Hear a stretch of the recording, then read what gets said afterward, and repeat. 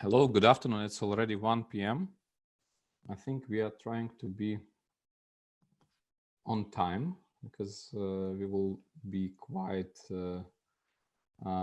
short in terms of our main discussion, and I hope we will have a bit more time today for Q&A session.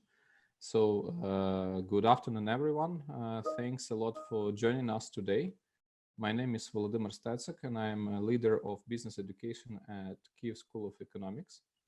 Today, we're gonna speak about 3 topics, and we will dedicate no more than 30 minutes for these topics.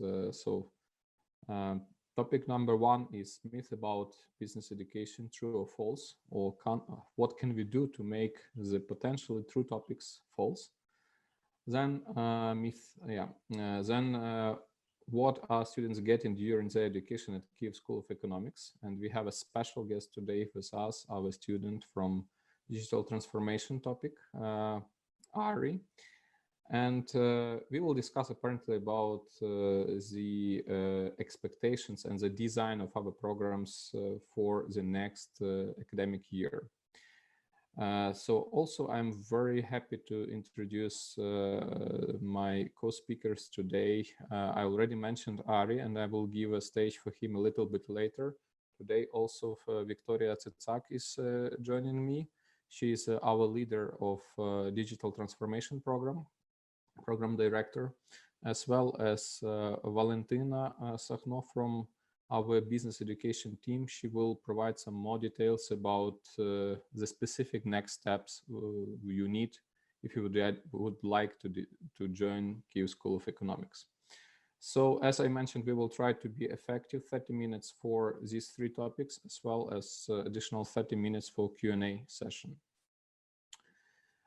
That is why I'm immediately jumping to the 4 myths which could be true or could be false, and we could discuss today, we will discuss today, what are we doing to make sure that these myths are false rather than true. So we will discuss that sometimes it is a perception that business education is not practical enough. It provides some frameworks, but these frameworks are not adapted to current changes, which are basically quite unique and quite new because of crisis, because of COVID impact. Also, we're gonna discuss whether or not crisis is a good time to invest into business education. Apparently, there could be very different answers to this question, but we would like to share at least one globally recognized fact which could help you to answer to this myth. Also, as you noticed, and as it was announced, despite we are a Ukrainian business school, but our education is done in English. So does it make sense or not to be based in Ukraine, but to get this business education classes, to gain this knowledge in English? Few more facts, few more advantages of such approach will be shared in myth number 3. And the myth number 4, that if you decide that you would like to gain a business education, well, it doesn't really matter in which school to gain it. So we will discuss why it matters and what factors you should keep in mind making this choice. Apparently, as I mentioned, these are the selected myth. So we are very open, and we are inviting you to a discussion about the topics or myth you would like to probe, to double check with us. I will promise from my side the open answers to your questions. So that will be a stage for Q&A discussion in which you can bring some topics from your side. So moving forward, if we are talking about business education as a theory which cannot provide answers to current challenges, it could be true. It could be true only in case if lecturers and schools are not focused on updating their content, if they are not focused on making some real-life business decisions on their own. Because sometimes if you are thinking about ready pages, ready curriculum ready syllabus, and you can just copy paste them from one year to another year. It is much easier. Apparently, that could be a risk, but these days it's not acceptable. These days, when all the frameworks are challenged because of crisis impact, all the frameworks should be reviewed. The practical component has the highest value for students. So I would say my challenge, and by the way, a recent school not so far, I think it was 4 months ago. So one of first question was, guys, if you will check this myth, would it be true or false for Kyiv School of Economics? And the experience I gained during recent weeks helped me to understand that the knowledge we are sharing with our students is more than a theory. It's the knowledge which helped us to survive during the turbulence. For example, Kyiv School of Economics was probably the first school among Ukrainian schools was 100% shifted to online education. That was done since March 13th. We had quite tough managerial task to optimize our costs, and it was a really tough decision, for example, to review portfolio of our products. We agreed not to conduct a new program of business administration in artificial intelligence. So this will be not extended in current year. But there are some other elements. For example, we are moving to new premises quite soon. So we optimized our rent payments, refusing from renting the premises during crisis, during the time when we could not have offline classes. And some techniques which are typically applied in large companies, like daily management stand-ups, they were implemented since day one of turbulence. We had a good practice of 15 minutes discussion on all topics, which helped us to stabilize the situation at school. So with this example, I can say you that it's not only about the frames and some theoretical concepts, but it's much more. It's about ability to adapt these frameworks and such approaches in daily life in terms of being effective in business. I would like to invite here Viktoriya to share her story about myth number 2, and she will share with us why crisis could be a good time to think about investment into business education. Viktoriya. Hi all, thank you Volodymyr for passing the word. So there is myth number 2, that crisis is not the best time to invest into business education. And we, together with Kyiv School of Economics team, believe it's false. Why? On the slide, you can see a good graph from Financial Times about coronavirus shutdown and how it impacts on middle and low-skilled jobs in USA market. So you know that USA is a prominent country and a country of example, especially from business perspectives.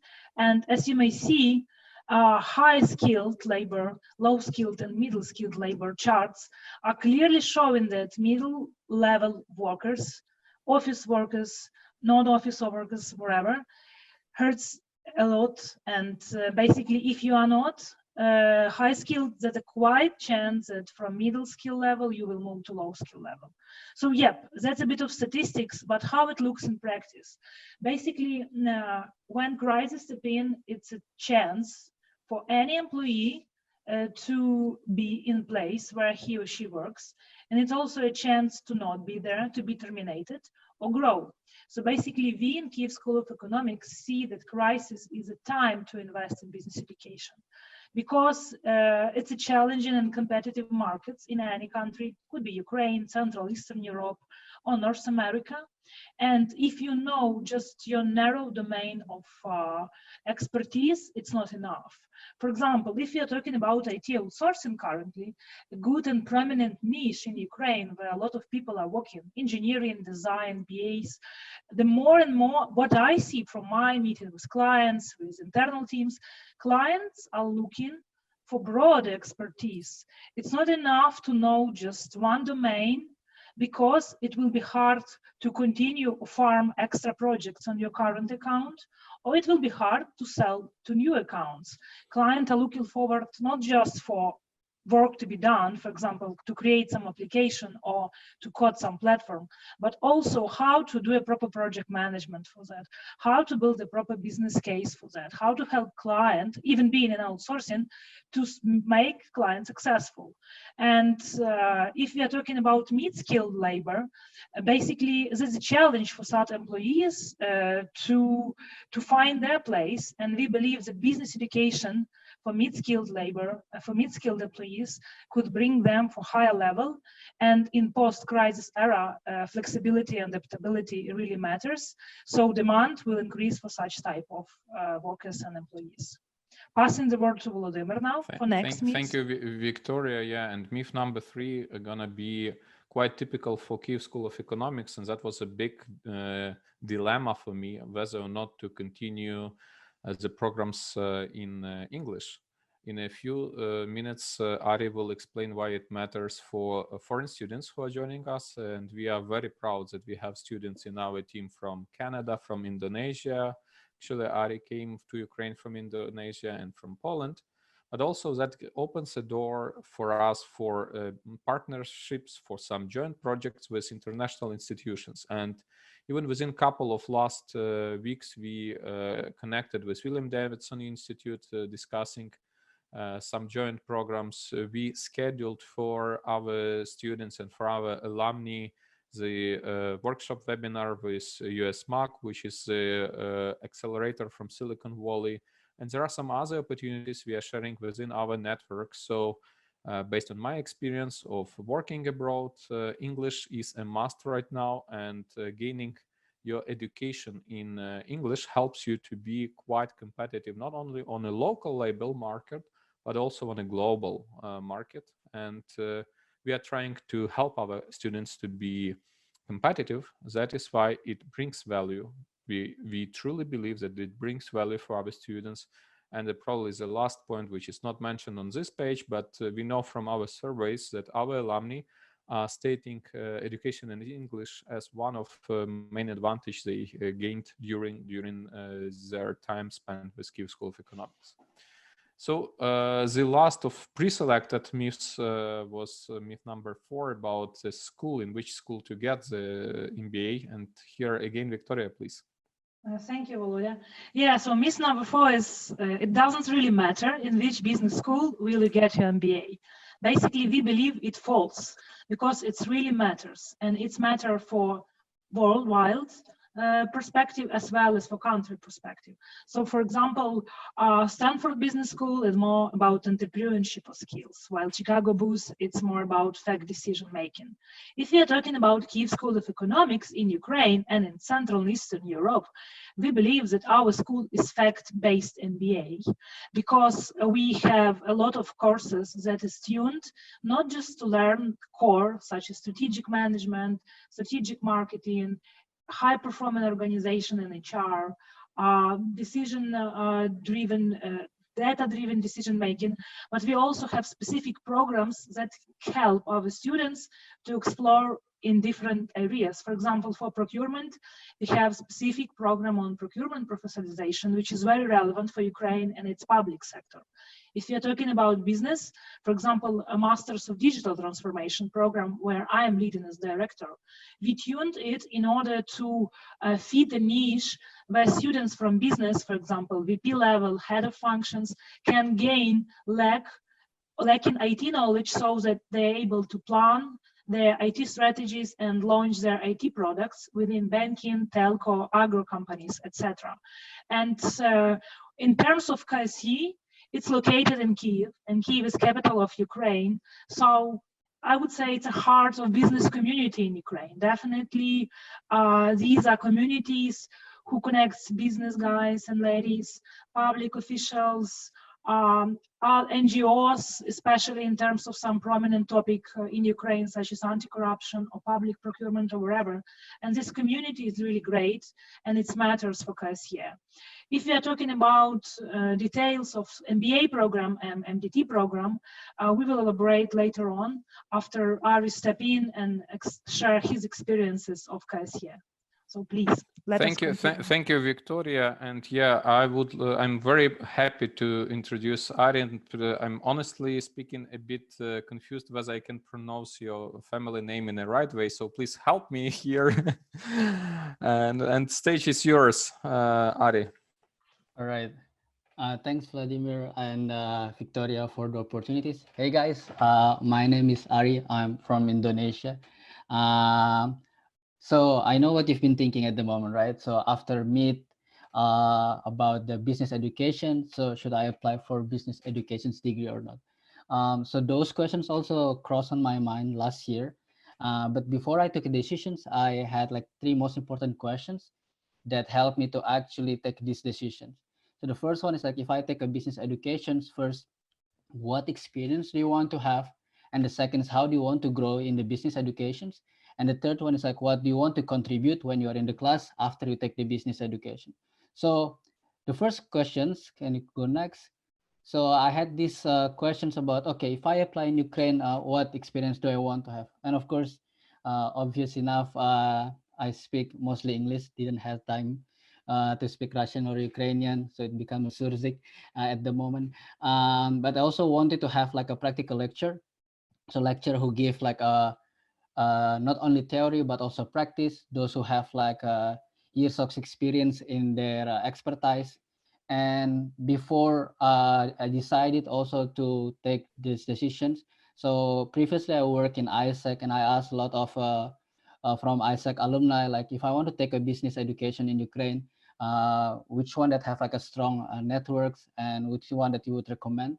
So a lot of people said like Kiev School of Economics, and that was easy for me to actually move forward this decision. And then one more thing that I like also is that I want to experience to have a classmate from a different professional background. And at the moment, like in the classroom, in our discussions, have people from the banking, communications, developers, data science. So I think it's very interesting to have like a different perspective during the class, and also real business case studies. Just like recently, let's say in the last course, we had like some business case study from the name they try to sanitize, but it's a real business case study. So it's also, I would say, give a lot of perspective about what are the business challenges at the moment.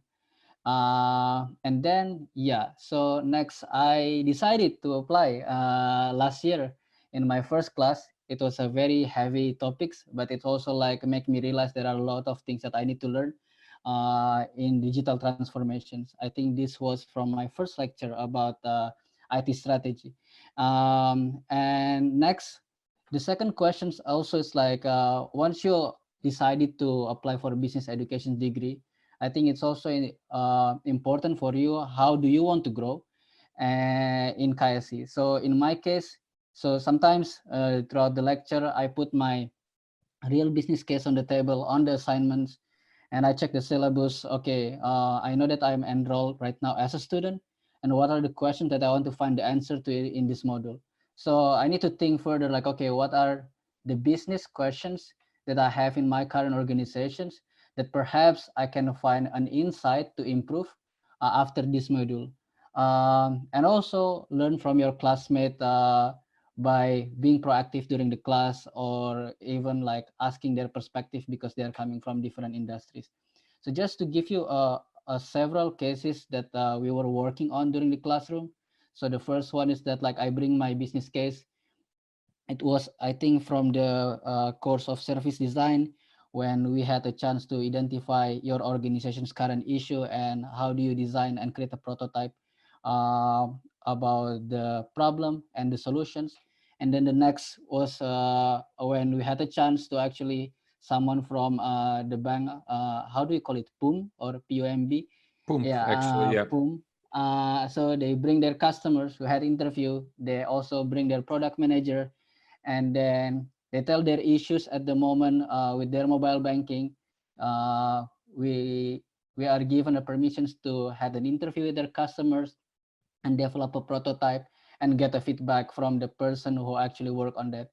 So this is also a very good practice, not only theoretical. And recently also the last course that we just finished like last weekend, it's about the marketing analytics. So I know that in a lot of tech industries, we talk a lot about A/B testing. Me having a background in the customer experience, no background in the marketing, I had a chance to learn on how, let's say, to work with A/B testing, looking into this detail. And more important, it's not about counting, but also like if you are a managerial position, how will you move, how you take decision further after you look into the data. And the last also, we had a course about emerging technology where we need to brainstorm about, okay, how do we look into the banking with the current technology that we have and the future technology. And it's also good that I emphasize in the beginning, coming from different background, getting different perspective. So if to look at these pictures, like our classmate one from the banking, which know exactly what's going on in the banking, but at the same time we have a guy who work as a developer, data scientist, and me in the customer experience industry. So this is also a good match of a discussion of brainstorm when it comes to talking about digital transformations. So far the business case has been real and very useful, and I think I'm glad that I took this chance before. Also, the last thing is that what do I want to contribute? So it's also important for you to take part about your own development. So being active in the classroom, offer your thoughts or perspective, and challenge yourself to apply the learning to your organization. So this is how I contribute to the classroom, and how I also sometimes offer what I learn inside the classroom to the organization that I worked before, just like some suggestions or perspective. So not only the knowledge stuck in the classroom, but also applicable to the real life problem in the industries. And then, yeah, to close this experience that I've been getting so far, just to sum up. So if you are deciding to think, like, answer three most important questions: what do you want to experience in KSE? If you want to take business education's degree, how do you want to grow if you enroll? And what do you want to contribute with the knowledge that you are learning in the organization? So that's how you can make the most out of your business degree educations. And the last message is that, yeah, change is inevitable, but personal growth is a choice. And so far, I think the choice that I've taken have been really helpful for me to give inspirations on what do I want to do next, and also how can I improve the current organization that I'm working on. So that's it. Thanks a lot, Ari. And I could not even ask you to do better. Honestly speaking, when we spoke with Ari, I had a bit different concept. What can I ask him to speak about? But once he described his story, I thought, okay, that's the best you can speak about, because probably one day when I was thinking whether or not to gain my MBA, I was missing such kind of introduction and broad experience you're bringing here. Thanks a lot. I would like to share with you also the design changes we made recently to make our product, make our program better. And as I already mentioned, that crisis gave us another opportunity to review and redigest the value we are creating to our students. So bringing some real life experience, thinking about what type of skills are essential for our students to become, for example, successful CEO. We were thinking about the flow of MBA courses in a way that they will help our students to become one day a successful CEO or successful business owner. So such structure consists from 4 key elements, and element number 5 is a block of elective courses. So fundamentals consist from 2 sub-elements. One is fundamental economics, especially for those students who never studied economy and a bachelor degree. Also, it's essential to have a strong strategic foundation to understand how does it work in terms of strategic view, to build this broader picture Then we have 4 major functions which are typical for all types of business: HR, finance, marketing, and sales. From both sides, these pillars are supported by enablers, and enablers are apparently some soft skills and some techniques and competences required to be successful in terms of running a business, in terms of managerial experience. What is important and what makes this program practical for students is the capstone project, so-called. Capstone means the final project which is prepared as a outcome of our students during their education. So this project is a practical summary of their knowledge gained during this 20 months with us, but also it should create a real life value for a business in which our students are employed. In terms of elective courses, one of specific element we were working for this year to make our program even better and more adapted to the needs of our customers is to tailor the blocks of elective courses. So there will be not just a list of courses, but there will be some kind of blocks after which you can have a special focus or specialization. One is operations. You can either be a future head of operations, or you can become head of finance. There will be a block of financial courses. As well, as you already know, we have a separate program which is digital transformation, but it also helps us to create a block of elective courses in digital transformation. Same for chief data officer. So being engaged with us, applying for MBA, you will have this choice for one of 4 blocks, which will be available after the core courses at the beginning of the program. So it will give you a special taste, a special flavor. And what is another important component we improved in this program versus the previous programs? Honestly, we collected many feedbacks from our alumni and our students, and they mentioned that it is a bit challenging to squeeze the program in 20 months. So we are expanding 2 more months in terms of our overall duration of the program, and building this line of courses, or the flow as it was announced before, in terms of logic of core courses, which will be done within the year 1 of the program, and the remaining month of the program will be dedicated to elective courses, while we expect actually the capstone is technically done within last month, but practically it should be done since month 1 of the program. That's pretty much about the new design of MBA group for future graduates in 22. Here I'm passing to Viktoriya to introduce a bit more digital transformation program. Thank you, Volodya.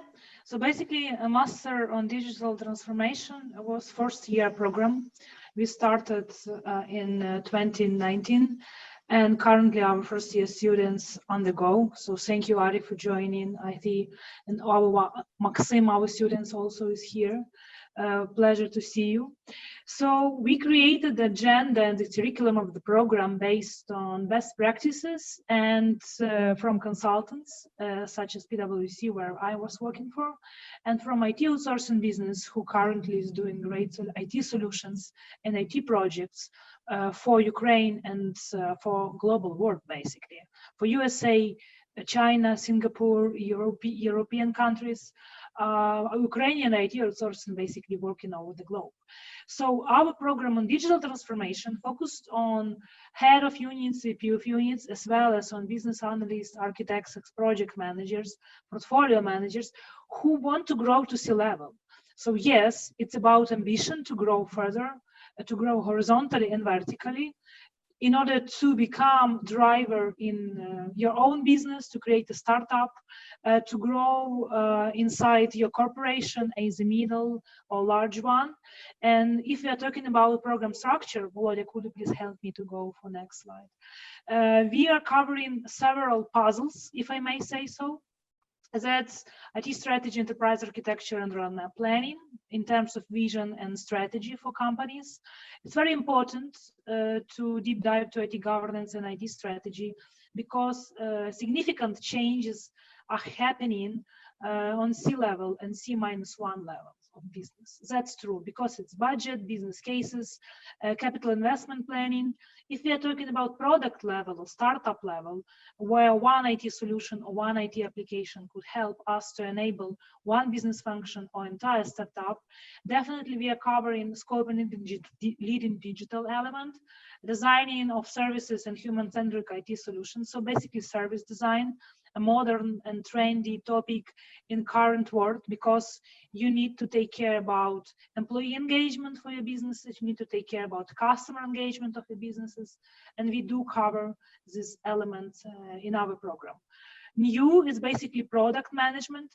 Product management was not in the scope of year one, but we received feedbacks from current students that they need it and they lack in this element, so that we updated program a bit. And for this year, we will have product management and change management course within the program. So we were agile, not just by planning, but by doing. And for next year, these courses will be incorporated to our entire curriculum. And definitely fundamentals such as intellectual property rights management, project and portfolio management. So yeah, important message here, we are talking about portfolio management, because project management, it's much more simpler than portfolio management course. And on the next slide, you may see some list of courses. We are planning those for our program for 12 months.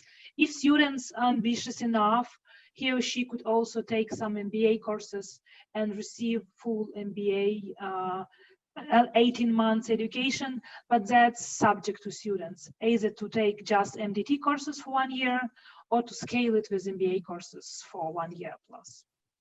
And yes, just to follow up what Volodymyr said, capstone project. We see that from day one, when students just step into our zone, to KSE zone, we will be talking about capstone. There, I would say, walk through idea what student want to change in his business, his or her business, or in his or her own business or corporation, so that capstone project are going and are relevant for each course, and student take as much as possible from each course to complete his or her capstone. That's all. Thanks a lot, Victoriya. And here, just to summarize this information, which could be interesting for you about both programs, their fee, duration, and expected starting date, which is early October. So the cost of Master of Business Administration, the full program would be $15,000, and for two types of program, just Victoriya described, digital transformation is 8,600 and 1,500, yeah, of 15,000, sorry, for the full program. I'm a bit nervous, sorry, because we didn't manage to do it on time, and that's my red button. That is why I understand that we put quite ambitious target to squeeze all the content, all the pages in 10 minutes, and that, 30 minutes, and that was my fault. That is why I am just trying to use also the space for Q&A before I will ask Valentina to describe a bit more the target profile, and most probably important for us, the actual practical steps for each other candidate. I will remind you all, please do not hesitate to ask your questions. You can either do it via raising hand if it is difficult for new Zoom users. You can even do it via voicing over. Luckily, we are in a comfort quantity of team members, which is typical the size of our MBA group. So you can already feel the spirit of MBA groups. And also there will be some probably Q&As in terms of we did not cover the full range of myths. And I remember we discussed it also with Maxim before our meeting today, so we are very open to spend extra 25 minutes on Q&A session.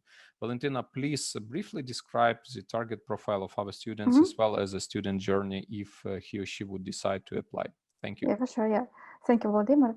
Yeah, as Victoriya has mentioned, we oriented our programs on people that are motivated by career development, by own business development, and also by opening new horizons. Also, our programs are designed for people that are age of 25 and up, with fluent English, with minimum degree bachelor and business experience of 3 years. Our admission process is pretty simply. So we are expecting from you filling application form and with motivational letter, taking tests and passing interview, signing contracts, and welcome to KSE. Next slide, Vladimir, please. So you are very welcome to contact our team, and also we propose you to visit a trial lecture that is a great opportunity to attend one lecture for your choice of MBA or MDT programs that will be this summer. And talking about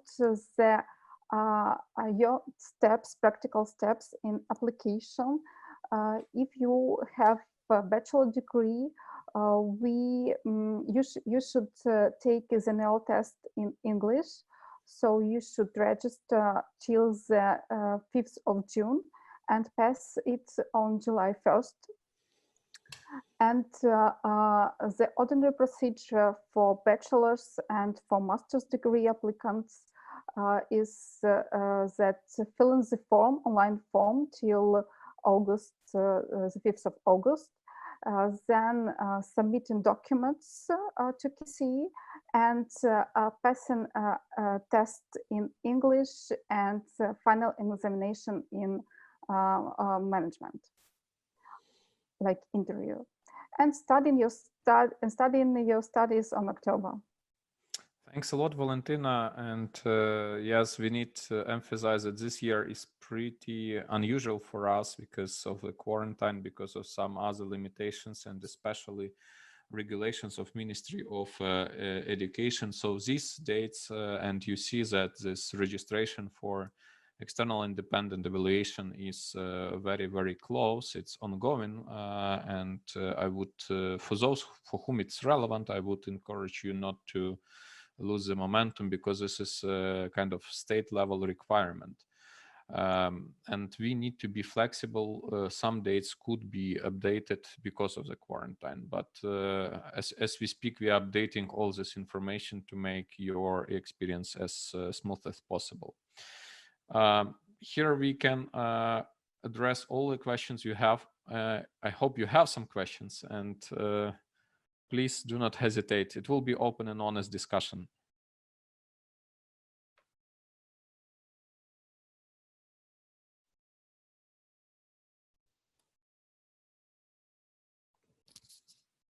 Probably Maxim Antonenko, would you like to step in to have your discussion with us?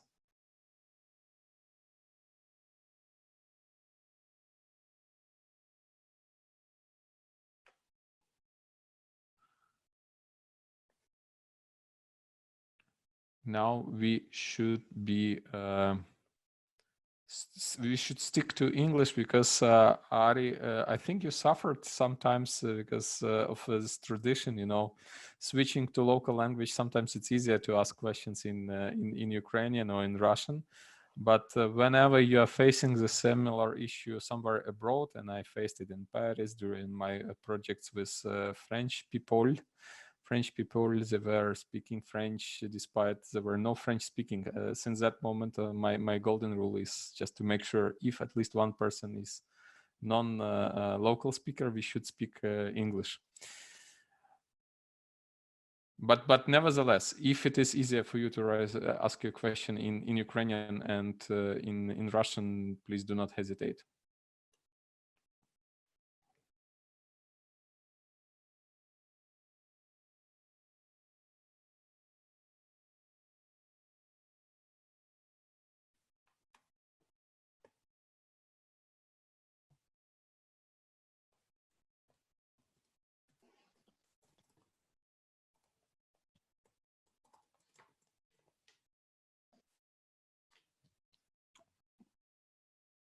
Well, typically, I'm very confused if there are no questions. Either everything is clear or nothing is clear, but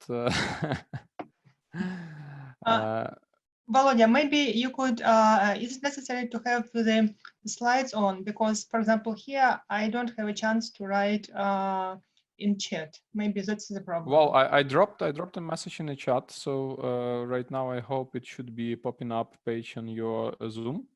And again, thanks for asking a question. It could be just voicing over. You do not need to have special technical solution if there were 100 people here. So we can raise a hand, make any other move in a Zoom, or even just unmute and ask a question.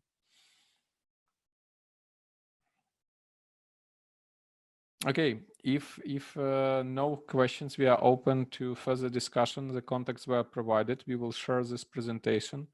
Also, I would like to thanks again to Viktoriya, Arie, and Valentina. Please, I read carefully the profiles of those who registered for this event. I understand that many of you are not decided yet whether or not to, apply for business education. If I was a student or potential student, I would still answer first of all the question whether or not I would like to gain this MBA degree this year. It's step number one. Afterwards, apparently screen the schools and looking for the type of profile you're interested most of all. And then probably the experience Arie shared. I like very much these 3 types of questions. So to think about this, it helps. It helps. Mm-hmm. And Okay. one more message from me, myself, also consider schools and locations, because if we are talking about Ukraine versus Poland, if you are living in Ukraine, it's important from cost perspective to understand if it's okay for you to go to European Union or to USA for business education, or you can gain it here in Ukraine. Definitely logos of universities, etc., all is important. But if you are thinking about education in Ukraine, I think it's a good mix between quality and pricing. And I would say really, really good mix, because if you are looking forward for countries such as Canada or USA, fees there are quite expensive, but definitely it's up to you to decide if you want to wait for years or you can gain something now here in Ukraine. So we got one question, just Viktoriya, to build on. You mentioned this year, because of limited travel, we are looking for some balance for our faculty, for lecturers who are located abroad. So there apparently will be some mix of online and offline for those faculty who are based, for example, in Northern America. But this advantage of foreign language help us also to answer the question of Alexei. Alexei asked, do you plan to include startup, scale-up, incubation, acceleration in the MDT course for business owners? I think, and we will take this note, Alexei, you could be invited to the session we will conduct next week with the accelerator I announced just to gain this connection. Apparently, discussion is in such direction. We are probing the demand. As Viktoriya mentioned, we are agile. As soon as we find this sufficient demand within our students, we are either contacting international accelerations teams or helping to even create. So there was a discussion for Kyiv School of Economics to create own incubation team. It is on our agenda, and once we will get I think 5+ people who are interested in it, it's pretty possible to have some own experience in this case. So please, we will be happy to see you with us during the next week's session.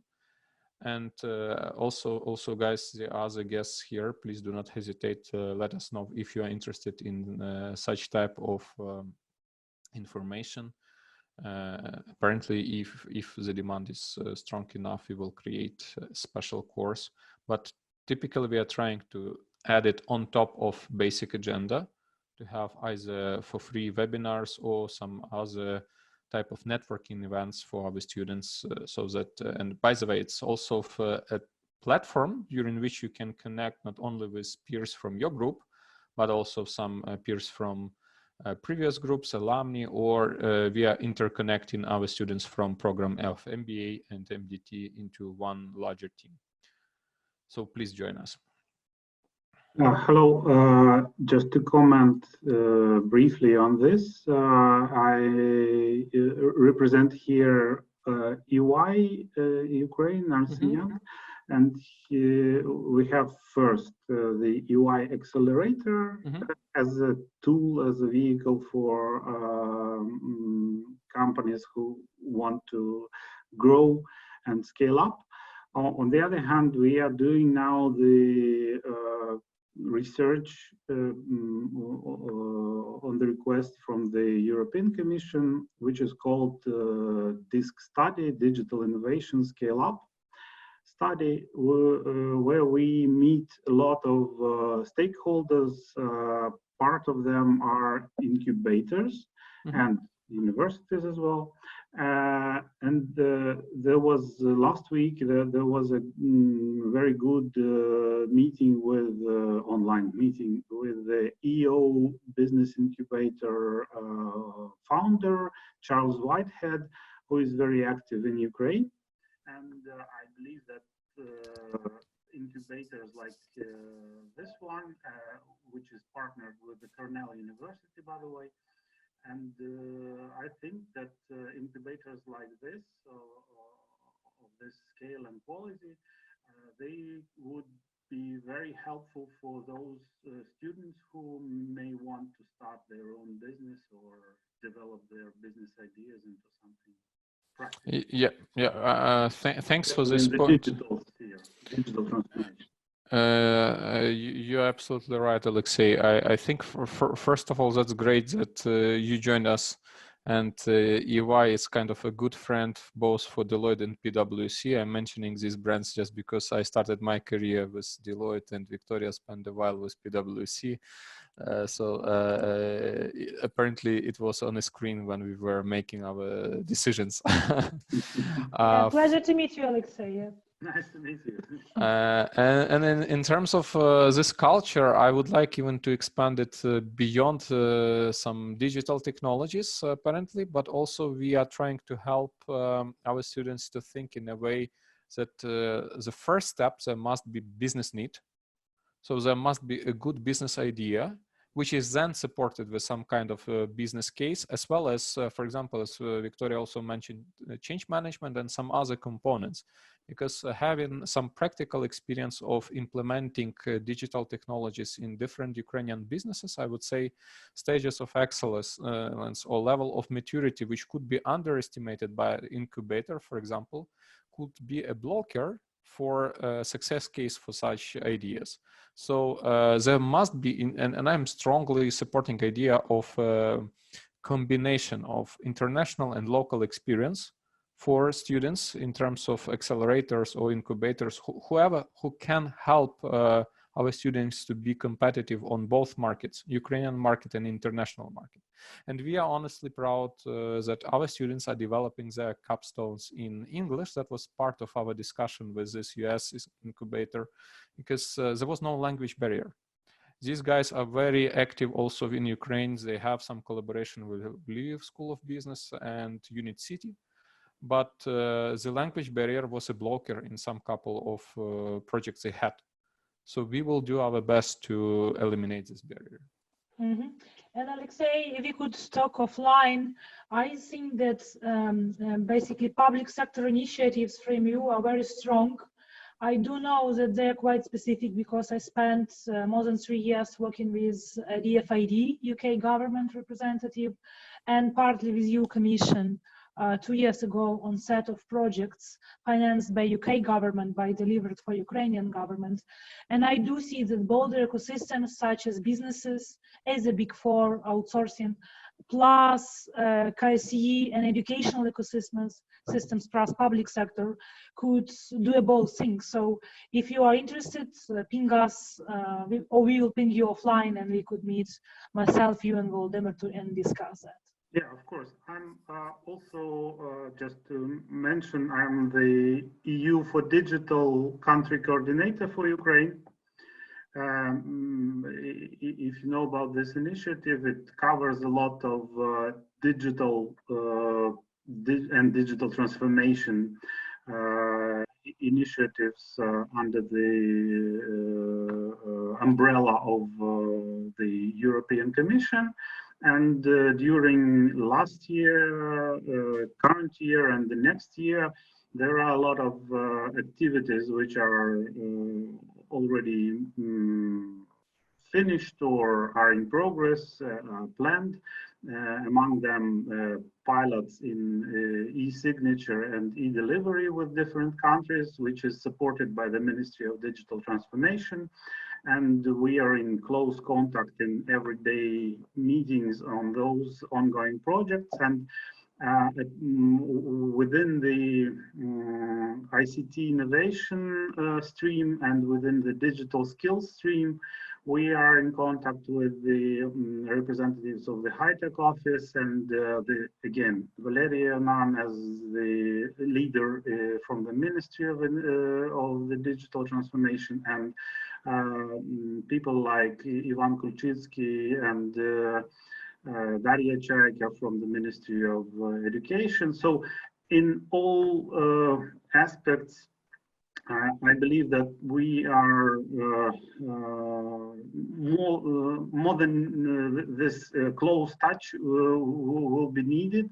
And of course, as an alumnus of the MBA from the Kyiv School of Economics, I'm always promoting the school, and I know a couple of current students in the MBA who were asking me for reference, and I believe that this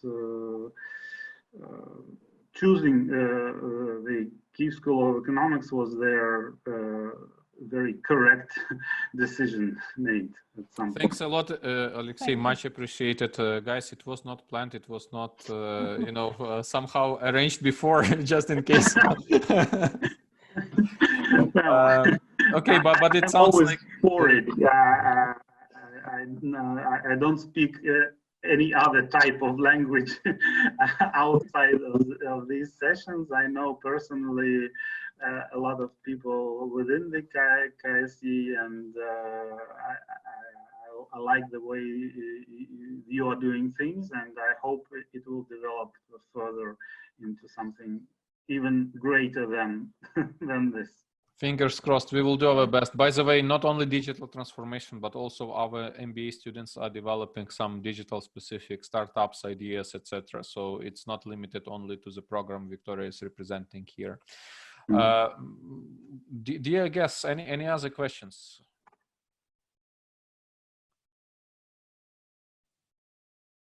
Okay, silence. I wish you all to stay healthy. That's quite important these days. Then to be motivated, to be ambitious. Whenever you have a good goal, you will reach apparently.